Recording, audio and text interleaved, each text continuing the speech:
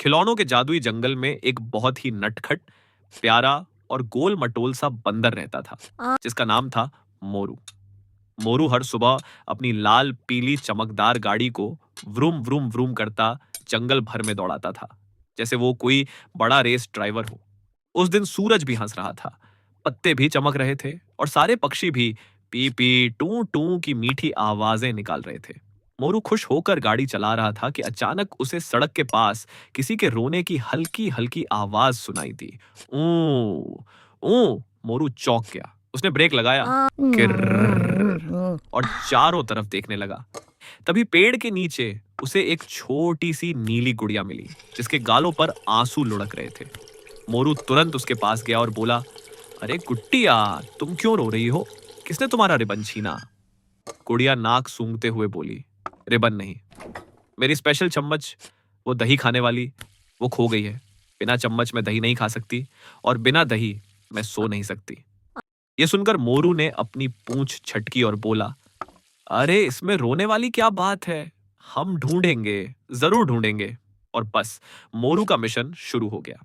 वह टप टप टप करता जंगल के हर कोने में खोज शुरू कर देता है। पहले वो झूले पर चढ़ा और ऊपर से देखा, नीचे पेड़ों की पत्तियों में देखा, पत्थरों को उलट पलट कर देखा, यहाँ तक कि उसने चींटी से भी पूछा, चींटी बहन, क्या तुमने कहीं चमकती चम्मच देखी है? चींटी ने गर्दन हिलाकर ना कहा और आगे बढ़ गई। मोरू परेशान होने लगा। तभी उसे पीछे से छलांगों की आवाज आई। टप फप टप फप टप फप फप। उसने पीछे मुड़कर देखा तो सफेद रंग का प्यारा खरगोश उछलता कूदता आ रहा था। खरगोश बोला, मोरू भाई, मैं दूर से ही देख रहा था कि तुम कुछ ढूंढ रहे हो। क्या हुआ? मोरू ने कहानी सुनाई। खरगोश कान खड़े करके बोला, मुझे लगता है मैंने कुछ देखा था। हाँ हाँ, वो बड़ी झाड़ी के पास कुछ चमक रहा था। तीनों दोस्त उधर दौड़ पड़े, मोरू आगे आगे, गुड़िया उसके पीछे पीछे और खरगोश कूदते हुए साथ में। जब वे झाड़ी तक पहुंचे तो मोरू ने धीरे धीरे पत्ते हटाए और तभी टिंग की आवाज के साथ चम्मच चमक उठी। गुड़िया उछल पड़ी। मिल गई। उसकी आंखों की चमक लौट आई। वो खुशी से मोरू और खरगोश को गले लगाती है। मोरू बोला, देखा, कहा था ना कि मिल जाएगी। जब दोस्त साथ हो तो मुश्किल कैसे।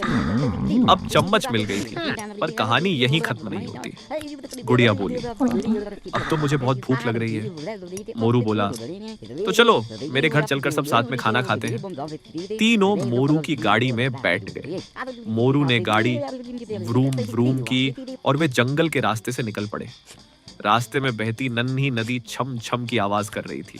तितलियां उड़ती हुई साथ साथ चल रही थीं और हवा उनके बालों को छूते हुए गुनगुना रही थी। मोरू के घर पहुंचकर गुड़िया ने अपनी चम्मच से दही खाने शुरू किया। चटक चटक। खरगोश खुशी से मीठी गाजर चबा रहा था। कुर्र कुर्र। और मोरू केला खा रहा था। Slurp slurp. तीनों इतने प्यार से साथ बैठे थे कि उन्हें पता भी नहीं चला कि कब शाम हो गई। खाना खाने के बाद गुड़िया ने कहा, तुम दोनों दुनिया के सबसे अच्छे दोस्त हो। मोरू बोला, नहीं, तुम भी, क्योंकि दोस्ती में सबसे पहले एक दूसरे का साथ होता है। खरगोश बोला, और सबसे बड़ी बात, कभी किसी की मदद करने से मत रुकना, क्योंकि छोटी सी मदद भी किसी के लिए बड़ा जादू बन सकती है। फिर रात होने लगी। आसमान में तारे चमकने लगे। गुड़िया बोली, अब मैं आराम से सो जाऊंगी, क्योंकि मेरी चम्मच वापस आ गई और मेरे दोस्त भी। तीनों ने आखिरी बार हंसकर एक दूसरे को गले लगाया और तय किया कि अब रोज एक नया एडवेंचर करेंगे, लेकिन हमेशा मिलकर, हमेशा हंसते हुए और हमेशा एक दूसरे की मदद करते हुए। उस दिन तीनों ने एक बड़ी, प्यारी, चमकदार सीख सीखी। दोस्ती में मदद करना, मुस्कुराना, एक दूसरे की चीजों का ध्यान रखना और साथ में रहना ही सबसे सुंदर बात है। और यही बच्चों को बड़ा होने पर सबसे अच्छा इंसान बनाता है।